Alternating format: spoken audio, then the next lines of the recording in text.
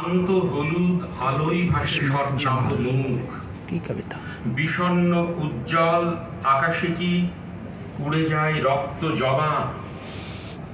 তার পাপড়িতে নেমে আসে বাদুড় ডানার মতো ব্যক্ত অন্ধকার। এই দীর্ঘ ঋতু জুড়ে আমি একা কষ্ট পাই। তুমিও কি কষ্ট পাও একা? বেদনায় কালো হয়ে ওঠে কোটি কোটি মানুষের মুখ। যদি হাত রাখি মাটিতে ও পাতার মর্মরে, যদি নাম ধরে ডাকি, সাড়া কি দেবে না ভাঙাচোরা অন্ধ চরাচর?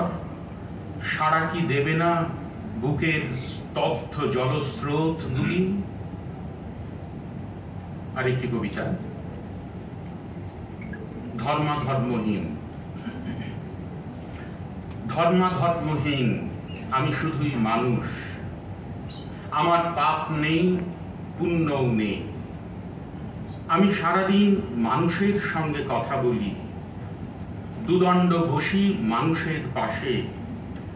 মানুষের বেদনা ও দুঃখের অন্ধকারে জ্বলে ওঠা আলোর কথাটুকু লিখি।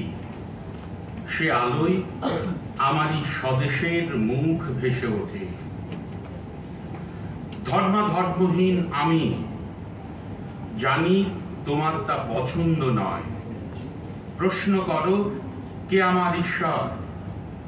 যদি বলি প্রেম, যদি বলি এই মাটি দিগন্ত রেখা, মাথার উপরে আকাশ, এই নদী জল পাহাড় চূড়া, যদি বলি বৃক্ষরাজি, এই লঘু বায়ু স্রোত, সোনালী শস্যের ঢেউ, অবিশ্বাসে কেঁপে ওঠো কেন? ভয় পাও? তোমরা সাজিয়ে রাখো মায়াপিঞ্জর, তরবারি, পথে পথে চিতার আগুন। আমি গান গাই মেঘবৃষ্টির, মৃত্যু নেই আমার প্রেমের।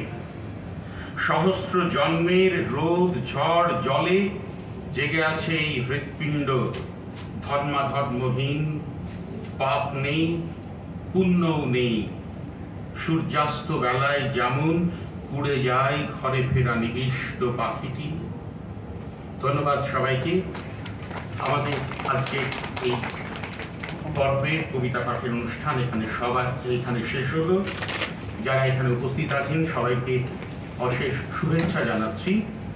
আর একটি ঘোষণা বারবার বলে জানানো হচ্ছে, সেটা আগামী 1 বৈশাখ আমাদের রাজ্যের বাংলা দিবস উপলক্ষে সকাল 8টা থেকে রবীন্দ্র সদন প্রাঙ্গণের একতারা মঞ্চে এবং বিকেল 4টে থেকে রবীন্দ্র সদন প্রেক্ষাগৃহে এবং একতারা মঞ্চে বিভিন্ন সাংস্কৃতিক অনুষ্ঠানের মধ্যে দিয়ে এই দিনটি উদযাপিত হবে।